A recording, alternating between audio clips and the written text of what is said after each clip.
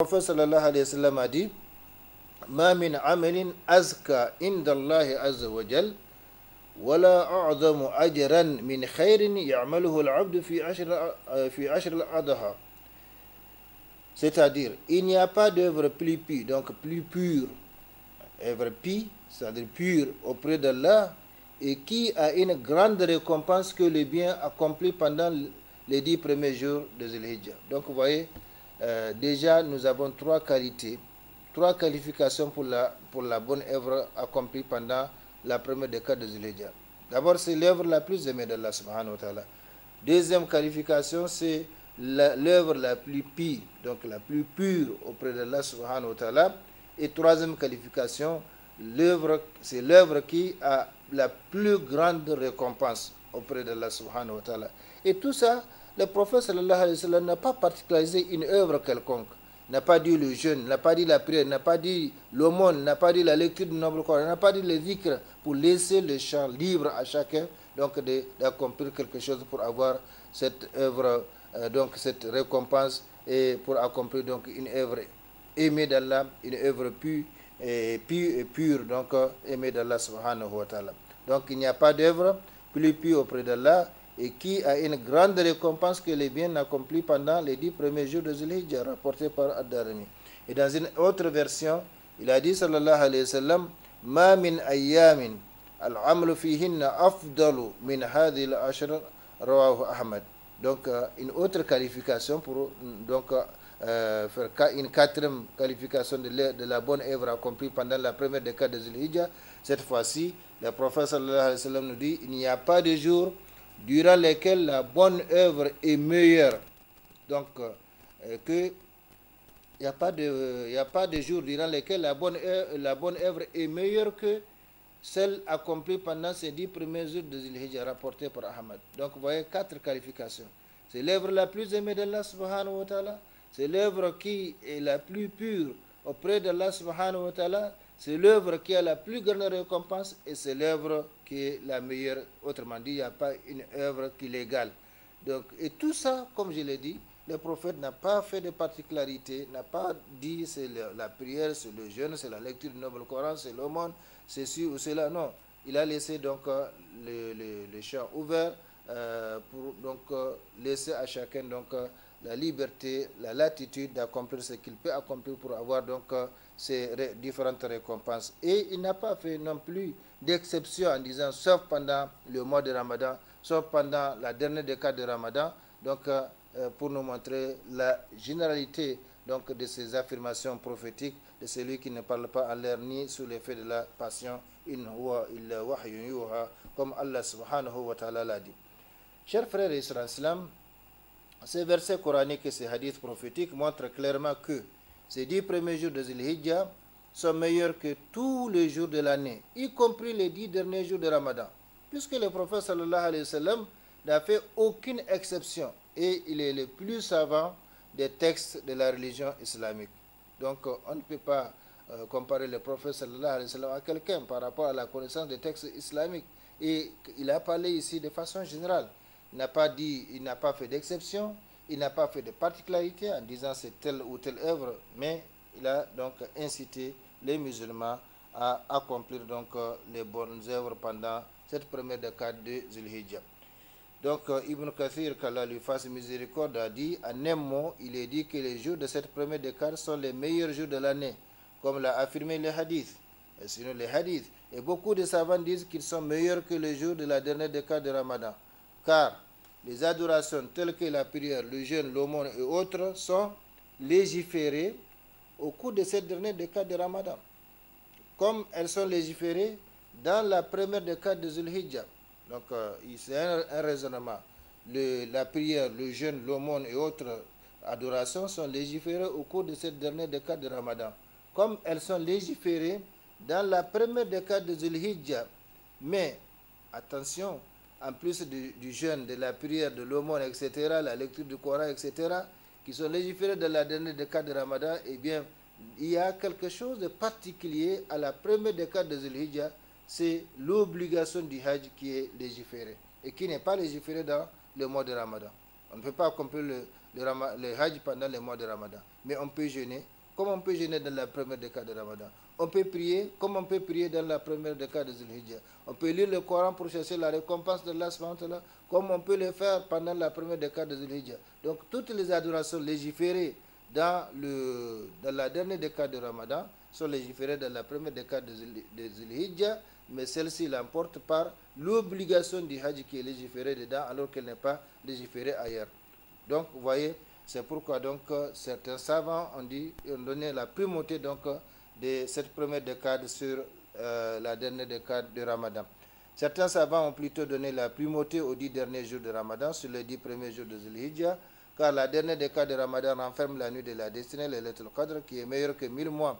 Donc là, c'est une particularité de Ramadan, surtout dans la dernière décade de Ramadan, parce que là aussi les hadiths nous incitent à chercher Laylatul Qadr dans la dernière décade de Ramadan. Et le prophète sallallahu alayhi wa sallam a donné l'exemple pragmatique de cette recherche en se retraitant à la mosquée pendant donc 10 jours. Et dans l'année au cours de laquelle il allait rendre l'âme, il s'est retraité pendant 20 jours pour nous donner donc l'exemple à suivre.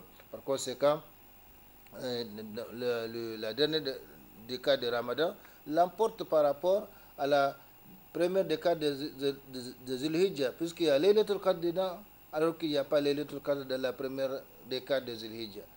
Là, en faisant cette considération, on est obligé de donner donc la primauté à la dernière décade de Ramadan sur la première décade de Zulhijjah. Ça, c'est donc une autre opinion. D'autres, enfin, ont émis une opinion médiane. Donc, ils ont cherché à faire la synthèse en disant les jours de la première décade de Zulhijjah sont les meilleurs jours de l'année. Et les nuits de la dernière décade de Ramadan sont les meilleures nuits de l'année. Donc, et de cette façon, la synthèse est faite. Allahu alam, Allah est certes plus savant. Donc, vous voyez, les jours de la première décade de Zulhijjah sont les meilleurs jours. Les nuits de la dernière décade de Ramadan sont les dernières, sont les meilleures nuits de l'année. Les jours de la première décade de Zulhijjah sont les meilleurs jours de l'année. Pourquoi? À cause de ce que le prophète sallallahu alayhi wa sallam a décrit, les hadiths que nous venons de lire, et également à cause du jour de Arafat qui est donc contenu dans cette première décade de Zulhijjah. Et le jeûne pendant les jours d'Arafat permet la rémission de 2 années de péché, une année passée, une année à venir, pour celui qui n'accomplit pas le Hajj, donc pour les non-pèlerins. Donc, ainsi la synthèse est faite entre les arguments. Wallahu alam, c'est certes Allah est plus savant. Chers frères et sœurs islam, Allah le Très-Haut a sans doute béni les temps de cette communauté islamique et l'a honoré par différentes sortes de bienfaits et miséricordes dont les langues et les plumes sont incapables d'exprimer. Par exemple, Allah subhanahu wa ta'ala a choisi cette communauté par rapport à toutes les communautés antérieures. Il lui a allégé les adorations tout en multipliant les récompenses, comme donc une nuit comme le Laylatul Qadr, dont l'adoration durant cette nuit équivaut à l'adoration de 1000 mois qui ne contiennent pas une Laylatul Qadr. Et il l'a privilégié par la meilleure créature humaine qui soit, à savoir Muhammad sallallahu alayhi wa sallam, et aussi par le meilleur livre céleste, c'est-à-dire le noble Coran. Donc tout ça, ce sont des particularités, ce sont des distinctions qu'Allah subhanahu wa ta'ala a accordées à la communauté de Muhammad sallallahu alayhi wa sallam par rapport aux autres confessions, par rapport aux autres religions, par rapport donc aux autres prophètes qui ont précédé le prophète sallallahu alayhi wa sallam. Allah subhanahu wa ta'ala a également légiféré des moments privilégiés d'adoration, dont ces 10 premiers jours de Zulhijjah, qui constituent une saison de commerce pour les musulmans avec leur Seigneur. Comme nous avons dit, le mois de Ramadan est une foire spirituelle. Eh bien, même chose ici. La première décade de Zulhijjah est une foire spirituelle au cours de laquelle donc, chaque musulman profite pour accomplir en tout cas de bonnes œuvres et avoir la récompense auprès de Allah subhanahu wa ta'ala.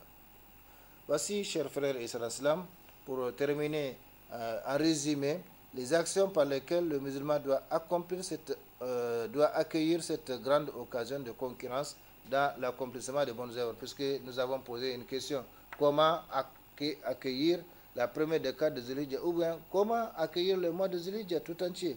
Donc, il y a des actions par lesquelles on accueille donc, les saisons de concurrence de l'accomplissement des bonnes œuvres. La première donc, de ces actions, c'est le fait de se repentir sincèrement à Allah avant le premier, le premier donc, Zulhijjah. Après, avant le premier donc, du mois de Zulhijjah. C'est-à-dire, le repentir nous permet d'être lavés de tous nos péchés, si bien que l'âme et le cœur deviennent tendres et fertiles, prêts à recevoir la miséricorde d'Allah qui est renfermée dans ces mois bénis, dans ces mois sacrés, dans cette première décade de Zulhijjah.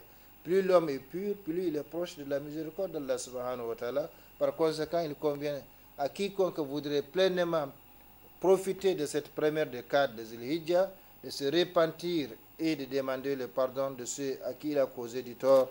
Et les conditions de repentir sont les suivantes. Donc, ça, c'est la première des choses à faire, c'est le repentir. Il faut se repentir pour être, donc, pour fertiliser le terrain donc, de la foi, pour donc, rendre le cœur prêt à recevoir la miséricorde d'Allah subhanahu wa ta'ala, les faveurs divines qui sont contenues dans cette première décade de Zulhijjah. Donc les conditions du repentir sont, la première condition, être sincère dans le repentir, de sorte qu'il soit fait uniquement pour Allah, pas pour autre chose. Ce n'est pas, on ne se repent pas pour autre chose, comme quelqu'un qui veut épouser une femme, ou bien qui n'est pas de l'islam, et qui veut épouser une musulmane, alors la musulmane lui pose donc la condition d'être musulman, donc il se convertit, mais pas pour Allah subhanahu wa ta'ala, mais à cause donc de la femme, pour avoir donc la possibilité de l'épouser. Eh bien ça ne profite pas. Le vrai repentir, c'est ce qu'on a fait uniquement pour Allah subhanahu wa ta'ala. C'est pourquoi le prophète a dit إنما الأعمال بالنية فمن كانت هجرته إلى الله ورسوله فهجرته إلى الله ورسوله ومن كانت هجرته لدنيا يصيبها أو إمارة لينكحها فهجرته إلى ما هاجر إليه أو كما قال صلى الله عليه وسلم. Donc c'est l'intention qui motive, c'est l'intention qui valide donc les actions et chacun donc aura donc la récompense de son intention. Celui qui émigre pour Allah et son messager, son émigration lui sera comptée comme telle. Et celui qui émigre donc de la Mecque à Médine à cause de ces bas mondes pour chercher un bienfait matériel ou pour épouser une femme, eh bien, son émigration lui sera comptée comme telle. Par conséquent, la première condition du repentir sincère, c'est être sincère dans le repentir de sorte qu'il soit fait uniquement pour Allah. Ou bien des gens qui sont malades, eh bien, on leur dit, si vous ne cessez pas de boire, si vous ne cessez pas de fumer, si vous ne cessez pas de consommer tel ou tel produit, eh bien, vous allez mourir. Alors là, par crainte de la mort, il abandonne donc les péchés. Et ça, ce n'est pas le repentir fait pour Allah subhanahu wa ta'ala. Même si c'est profitable pour sa santé, mais ce n'est pas profitable auprès d'Allah subhanahu wa ta'ala parce que ce n'est pas fait pour Allah subhanahu wa ta'ala. Donc, regretter les actions, c'est ça, être sincère. Deuxième condition, regretter les actions répréhensibles passées. Donc, surtout, on ne raconte pas pour se réjouir. Hein. Peut-être on peut raconter pour remercier Allah subhanahu wa ta'ala comment on était dans l'ignorance, comment on était dans les péchés, dans la désobéissance, dans l'insoumission. Et voilà que par la grâce de Allah subhanahu wa ta'ala, aujourd'hui on voit clair, on se répand. Donc, mais si on dit qu'on s'est repenti et puis on se met à raconter ce qu'on a fait comme péché, eh bien ça ne profite pas. Par conséquent, regretter les actions répréhensibles passées.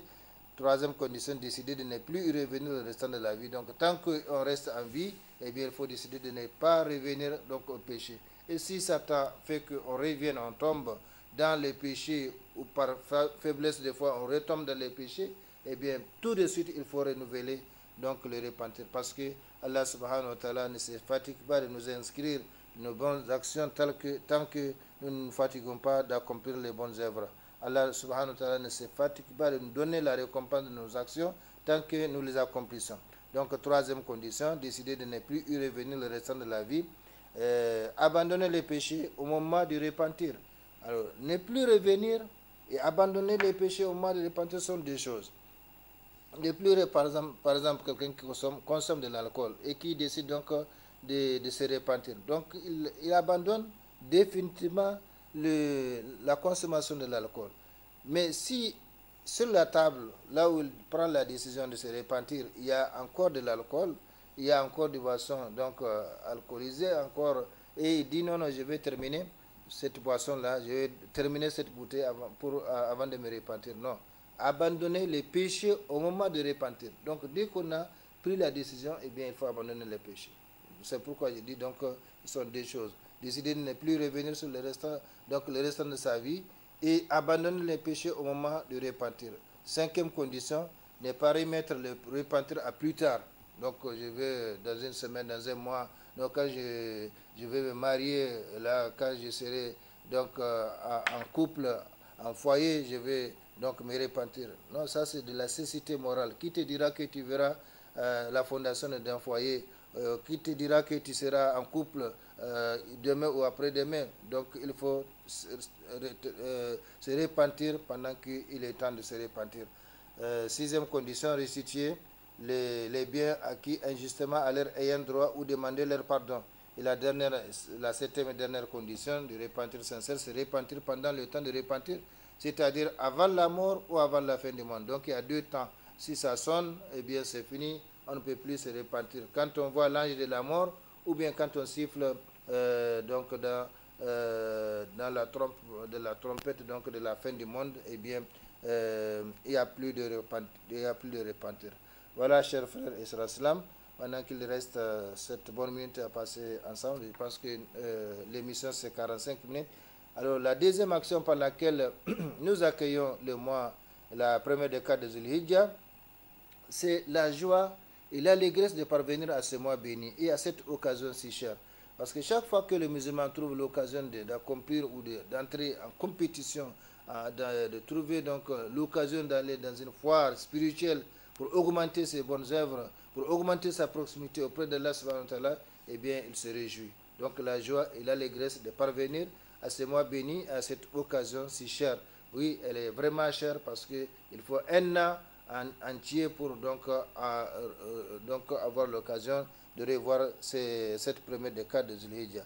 Troisième action par laquelle nous accueillons le mois, la première décade de Zulhijjah, demander l'aide d'Allah subhanahu wa ta'ala pour l'accomplissement de bonnes œuvres pendant cette décade.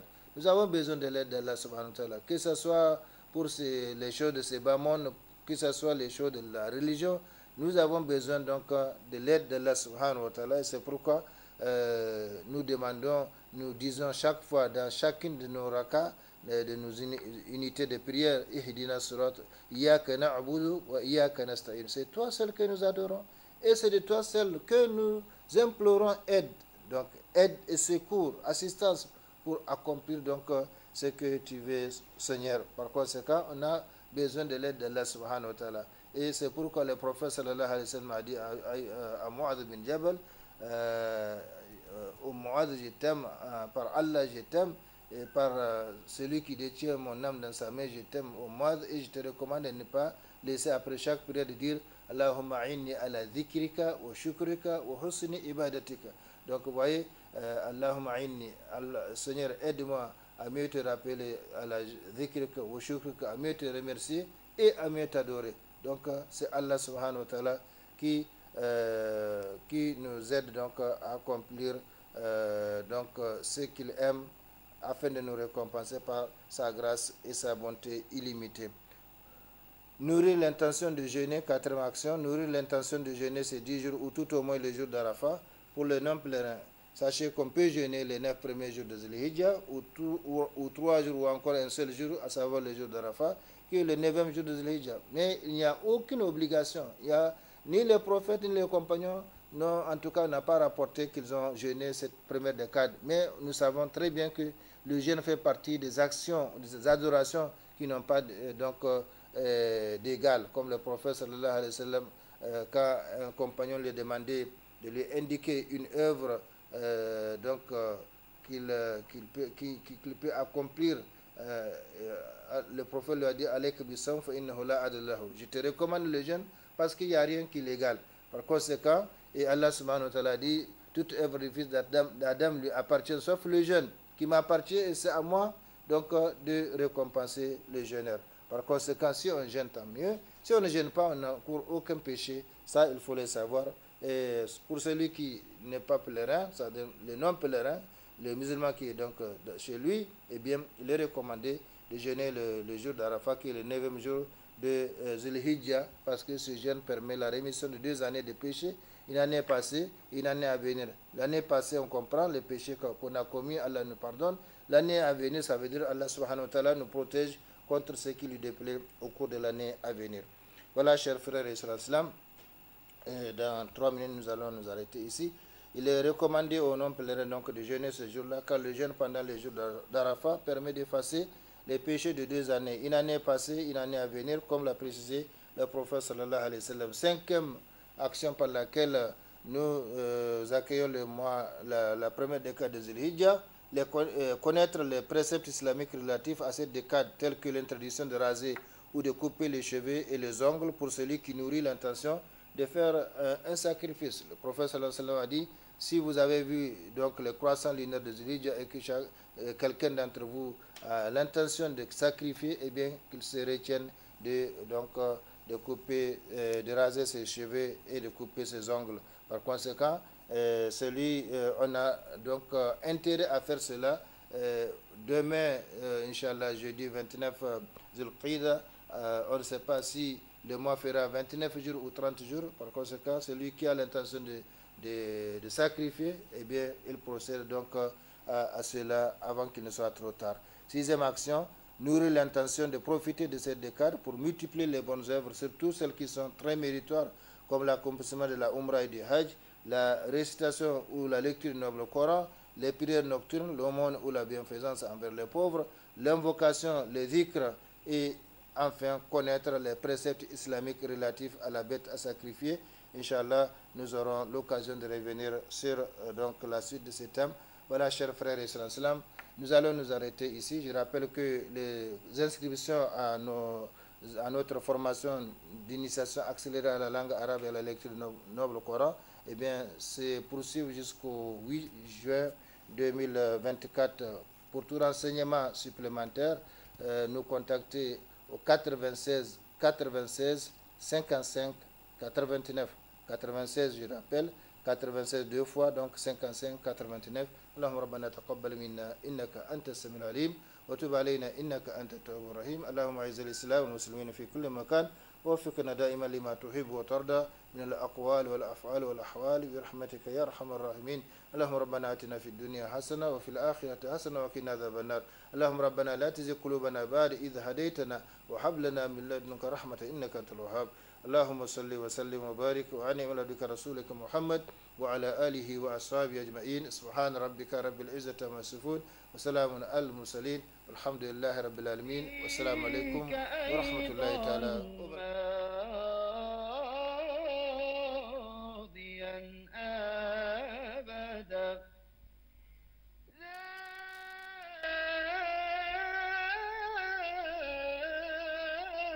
توبة فيك أيضا ماضيا